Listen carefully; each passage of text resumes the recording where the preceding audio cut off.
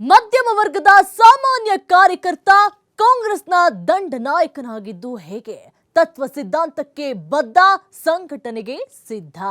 ಸರ್ವಧರ್ಮ ನಾಯಕ ಬಿಕೆ ಹರಿಪ್ರಸಾದ್ ನೇರ ಮಾತು, ಪಕ್ಷನಿಷ್ಠೆ, ಪ್ರಬಲ ನಾಯಕತ್ವ. ಬಿಕೆ ರಾಜಕೀಯ ಹಾದಿಯೇ ರೋಚಕ. ಇದೇ ಹೊತ್ತಿನ ವಿಶೇಷ. ಹರಿ ಎಂದರೆ ಭಯವಿಲ್ಲ. ನಾನು ನಿರೀಕ್ಷಾ ನಾಗರಾಜ್. ಬಿಕೆ ಹರಿಪ್ರಸಾದ್ ಕಾಂಗ್ರೆಸ್ನ ಹಿರಿಯ ರಾಜಕಾರಣಿ, ಸಾಮಾನ್ಯ ಕಾರ್ಯಕರ್ತನಾಗಿ ಇಂದು ಕರ್ನಾಟಕ ಪ್ರದೇಶ ಕಾಂಗ್ರೆಸ್ನ ದಂಡ ನಾಯಕನ ಹುದ್ದೆಗೆ ಏರಿರುವುದು ಅಷ್ಟು ಸುಲಭದ ಮಾತಾಗಿರಲಿಲ್ಲ. ತಮ್ಮ ತತ್ವ ಸಿದ್ಧಾಂತಕ್ಕೆ ಸದಾ ಬದ್ಧರಾಗಿರುವ ನಾಯಕ ಎಂದಿಗೂ ಪಕ್ಷ ನಿಷ್ಠೆಯನ್ನ ಮರ್ತವರಲ್ಲ. ಗಾಂಧಿ ಕುಟುಂಬದ ಅತ್ಯಂತ ನಂಬಿಕಸ್ಥ ನಾಯಕನ ರಾಜಕೀಯ ಹಾದಿ ಇದೆಯಲ್ಲ, ಅದು ಅಷ್ಟು ಸುಲಭದ ಮಾತಾಗಿರಲಿಲ್ಲ. ಬನ್ನಿ ಹಾಗಾದ್ರೆ ಬಿಕೆ ಹರಿಪ್ರಸಾದ್ ರಾಜಕಾರಣಿಯಾಗಿ ಜನನಾಯಕನಾಗಿ ಬೆಳೆದು ಬಂದಿದ್ದು ಹೇಗೆ ನೀವೇ ನೋಡಿ. ಮಧ್ಯಮ ವರ್ಗದ ಸಾಮಾನ್ಯ ಕಾರ್ಯಕರ್ತ ಕಾಂಗ್ರೆಸ್ನ ದಂಡ ನಾಯಕನಾಗಿದ್ದು ಹೇಗೆ? ತತ್ವ ಸಿದ್ಧಾಂತಕ್ಕೆ ಬದ್ಧ, ಸಂಘಟನೆಗೆ ಸಿದ್ಧ. ಸರ್ವಧರ್ಮ ನಾಯಕ ಬಿಕೆ ಹರಿಪ್ರಸಾದ್ ನೇರ ಮಾತು, ಪಕ್ಷನಿಷ್ಠೆ, ಪ್ರಬಲ ನಾಯಕತ್ವ. ಬಿಕೆ ರಾಜಕೀಯ ಹಾದಿಯೇ ರೋಚಕ. ಪ್ರಿಯ ವೀಕ್ಷಕರೇ, ಆಡು ಮುಟ್ಟದ ಸೊಪ್ಪಿಲ್ಲ. ಬಿಕೆ ಹರಿಪ್ರಸಾದ್ ಪ್ರಯೋಗಿಸಿದ ರಾಜಕೀಯ ಪಟ್ಟುಗಳಿಲ್ಲ. ತಮ್ಮದೇ ಆದ ರಾಜಕೀಯ ಸಿದ್ಧಾಂತದ ಮೂಲಕ ಹಳ್ಳಿಯಿಂದ ದಿಲ್ಲಿಯವರೆಗೆ ಮನೆ ಮಾತಾಗಿರೋ ಬಿಕೆ ಹರಿಪ್ರಸಾದ್ ಕಾಂಗ್ರೆಸ್ ಕಾರ್ಯಕರ್ತರಿಂದ ಇಂದು ಕೆಪಿಸಿಸಿ ಅಧ್ಯಕ್ಷರಾಗುವ ತನಕ ಬೆಳೆದು ಬಂದ ಹಾದಿ ಇದೆಯಲ್ಲ, ಇದು ನಿಜಕ್ಕೂ ನಿಷ್ಠಾವಂತ ಕಾರ್ಯಕರ್ತನ ಹಲವು ವರ್ಷದ ತಪಸ್ಸು ಅಂತಲೇ ಹೇಳಬಹುದು.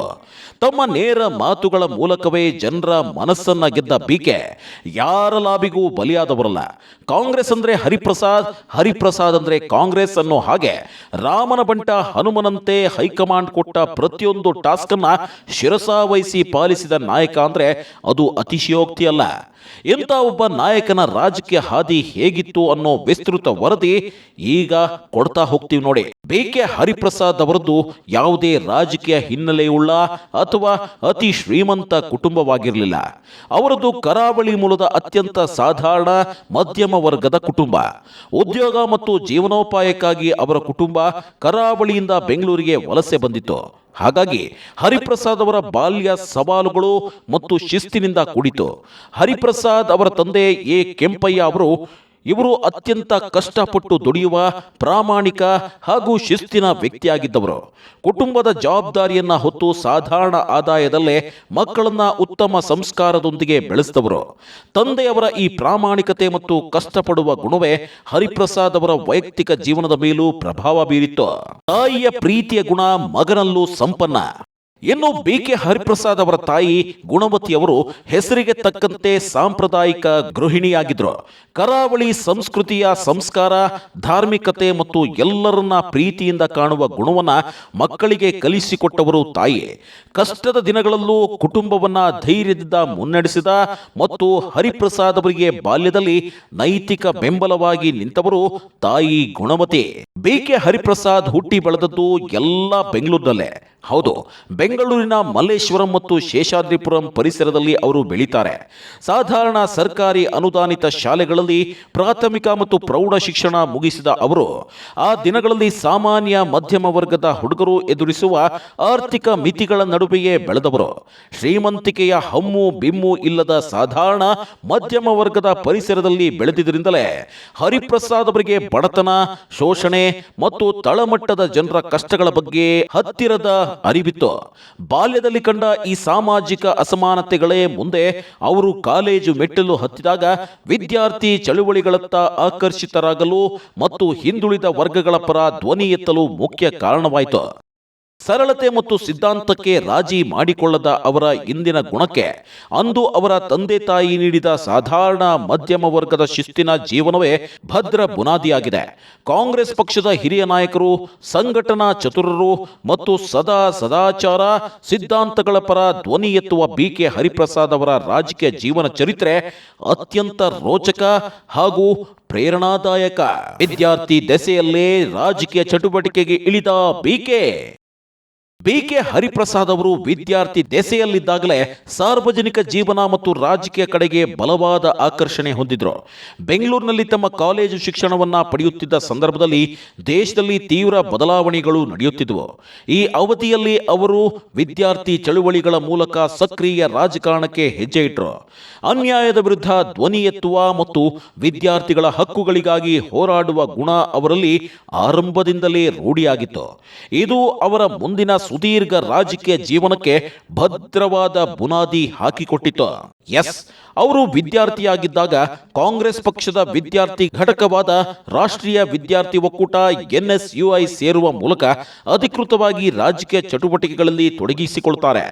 ಬೆಂಗಳೂರಿನ ಆರ್ಟ್ಸ್ ಅಂಡ್ ಸೈನ್ಸ್ ಕಾಲೇಜಿನಲ್ಲಿ ಓದುತ್ತಿದ್ದಾಗ ವಿದ್ಯಾರ್ಥಿ ಸಂಘಟನೆಯ ವಿವಿಧ ಜವಾಬ್ದಾರಿಗಳನ್ನು ಯಶಸ್ವಿಯಾಗಿ ನಿಭಾಯಿಸುತ್ತಾರೆ. ತಳಮಟ್ಟದಿಂದ ಕೆಲಸ ಮಾಡುತ್ತಾ ಸಹಪಾಠಿಗಳ ಸಮಸ್ಯೆಗಳಿಗೆ ಸ್ಪಂದಿಸುತ್ತಾ ಸಂಘಟನಾ ಚತುರರಾಗಿ ಹೊರಹೊಮ್ಮುತ್ತಾರೆ.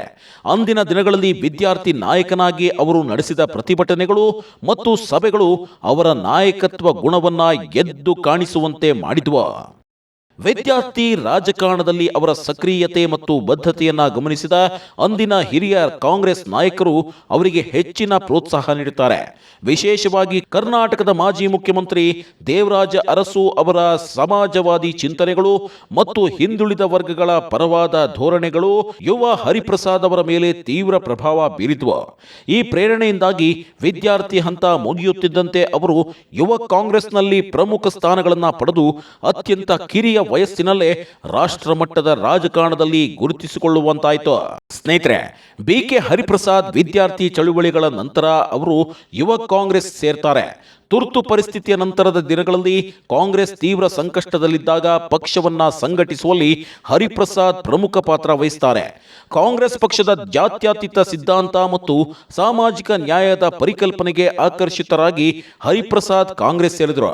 ಸಾಮಾನ್ಯ ಕಾರ್ಯಕರ್ತನಾಗಿ ಪಕ್ಷದ ಕಚೇರಿಯಲ್ಲಿ ಕರಪತ್ರ ಹಂಚುವುದು, ಬ್ಯಾನರ್ ಕಟ್ಟುವುದು ಸೇರಿದಂತೆ ಎಲ್ಲಾ ತಳಮಟ್ಟದ ಕೆಲಸಗಳನ್ನ ಹೆಮ್ಮೆಯಿಂದ ಮಾಡ್ತಾರೆ.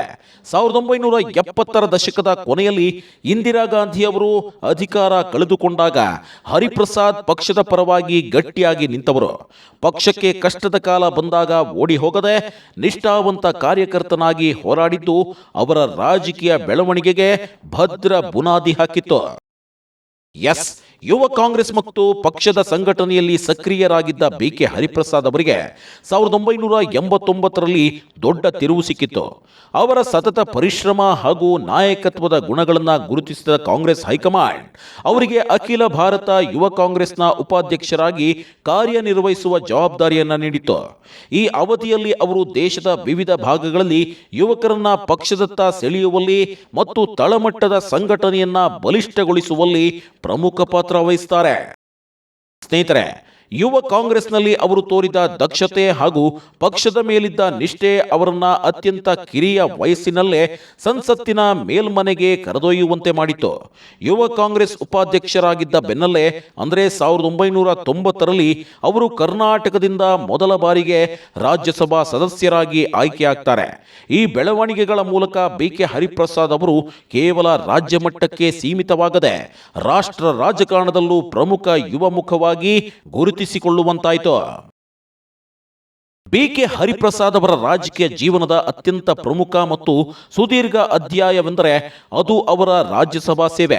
ಸುಮಾರು 4 ದಶಕಗಳ ಕಾಲ ರಾಷ್ಟ್ರ ರಾಜಕಾರಣದಲ್ಲಿ ಸಕ್ರಿಯರಾಗಿದ್ದ ಅವರು ಸಂಸತ್ತಿನ ಮೇಲ್ಮನೆಯಾದ ರಾಜ್ಯಸಭೆಯಲ್ಲಿ ಹಲವು ಅವಧಿಗಳಿಗೆ ಕರ್ನಾಟಕವನ್ನ ಪ್ರತಿನಿಧಿಸಿ ದಕ್ಷ ಸಂಸದೀಯ ಪಟುವಾಗಿ ಗುರುತಿಸಿಕೊಂಡ್ರು.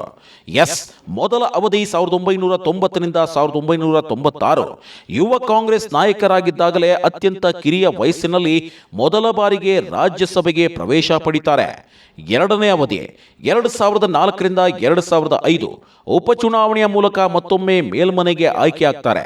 ಮೂರನೇ ಅವಧಿ 2009ರಿಂದ 2014 ಪಕ್ಷದ ರಾಷ್ಟ್ರೀಯ ನಾಯಕರಾಗಿ ಬೆಳೆದ ನಂತರ ಮೂರನೇ ಬಾರಿಗೆ ಆಯ್ಕೆ.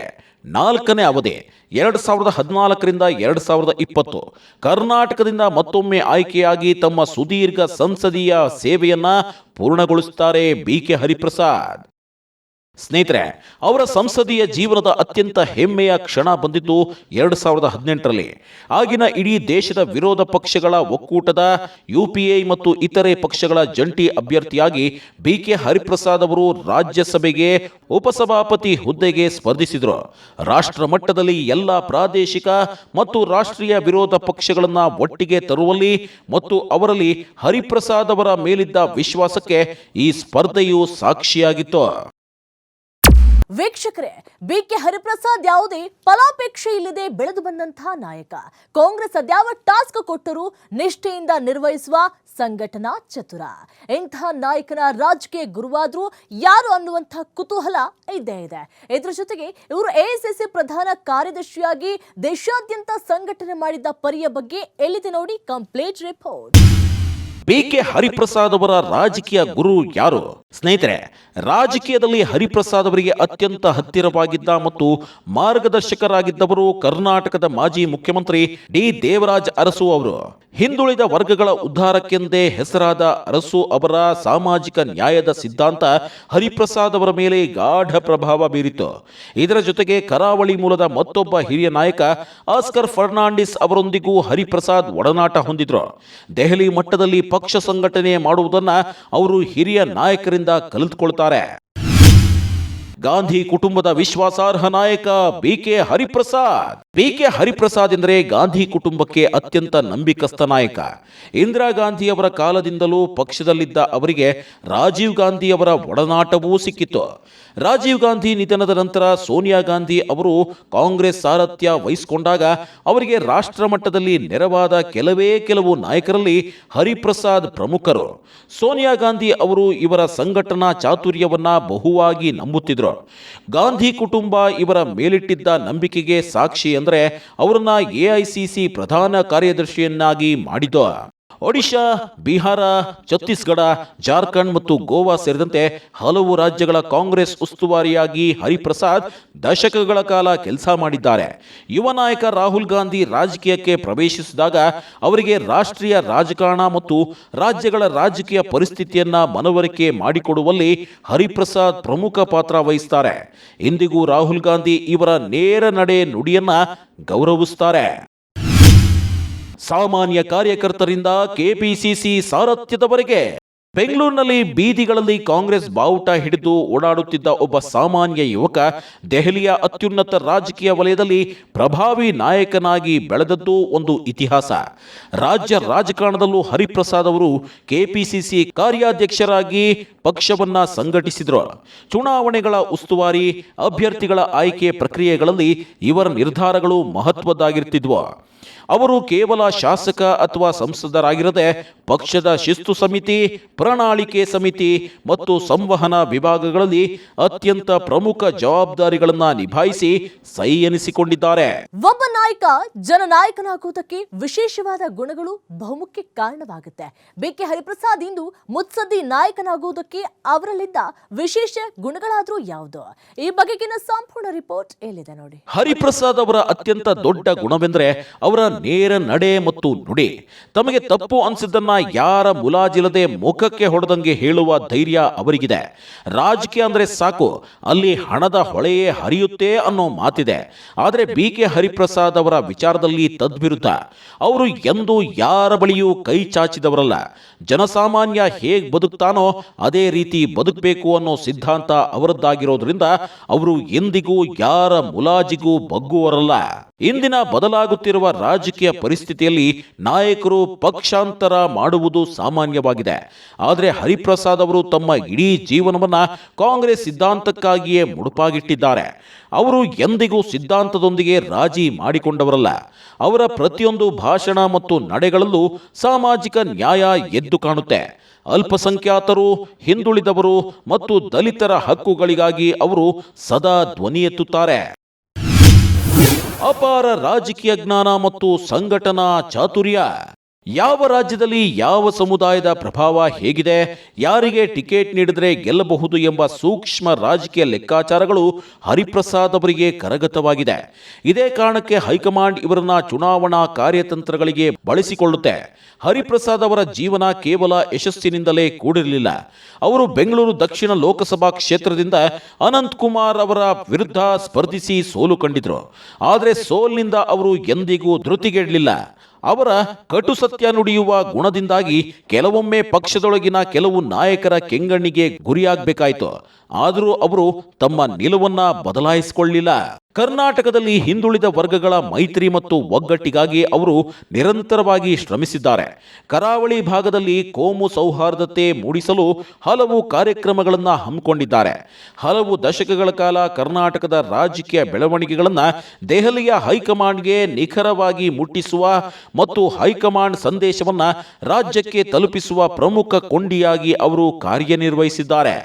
ಇತ್ತೀಚಿನ ವರ್ಷಗಳಲ್ಲಿ ರಾಜ್ಯ ರಾಜಕಾರಣದಲ್ಲಿ ಸಕ್ರಿಯರಾಗಿರುವ ಅವರು ಪಕ್ಷದ ಒಳಗೆ ಮತ್ತು ಹೊರಗೆ ಸಾಮಾಜಿಕ ನ್ಯಾಯದ ಮರುಸ್ಥಾಪನೆಗಾಗಿ ನಿರಂತರವಾಗಿ ಹೋರಾಡುತ್ತಿದ್ದಾರೆ. ತಳಮಟ್ಟದ ಕಾರ್ಯಕರ್ತರಿಗೆ ಸೂಕ್ತ ಸ್ಥಾನಮಾನ ಸಿಗಲೇಬೇಕೆಂಬುದು ಅವರ ಮುಖ್ಯ ಆಶಯವಾಗಿದೆ. ಸಾಮಾನ್ಯ ಹಿನ್ನೆಲೆಯಿಂದ ಬಂದು ರಾಷ್ಟ್ರ ಮಟ್ಟದ ರಾಜಕಾರಣದಲ್ಲಿ ಪ್ರಭಾವ ಬೀರಬಹುದು ಎಂಬುದಕ್ಕೆ ಹರಿಪ್ರಸಾದ್ ಅವರ ಜೀವನವೇ ಸಾಕ್ಷಿ. ಇಂದಿನ ಯುವ ಕಾಂಗ್ರೆಸ್ ಕಾರ್ಯಕರ್ತರಿಗೆ ಅವರು ಒಂದು ದೊಡ್ಡ ಪ್ರೇರಣೆ. ಒಟ್ಟಾರೆಯಾಗಿ ಹೇಳೋದಾದರೆ BK ಹರಿಪ್ರಸಾದ್ ಎಂದರೆ ಕೇವಲ ಒಬ್ಬ ರಾಜಕಾರಣಿಯಲ್ಲ, ಅವರು ಕಾಂಗ್ರೆಸ್ ಪಕ್ಷದ ಏಳು ಬೀಳುಗಳನ್ನು ಹತ್ತಿರದಿಂದ ಕಂಡ ಇತಿಹಾಸ. ಅಧಿಕಾರ ಇರಲಿ ಇಲ್ಲದಿರಲಿ ತಮ್ಮ ಸಿದ್ಧಾಂತ ಮತ್ತು ಪಕ್ಷದ ನಿಷ್ಠೆಯನ್ನ ಕಾಪಾಡಿಕೊಂಡು ಬಂದಿರುವ ಅವರು ಕರ್ನಾಟಕ ರಾಜಕಾರಣದ ಅಪರೂಪದ ಮುತ್ಸದಿ ನಾಯಕರಾಗಿದ್ದಾರೆ.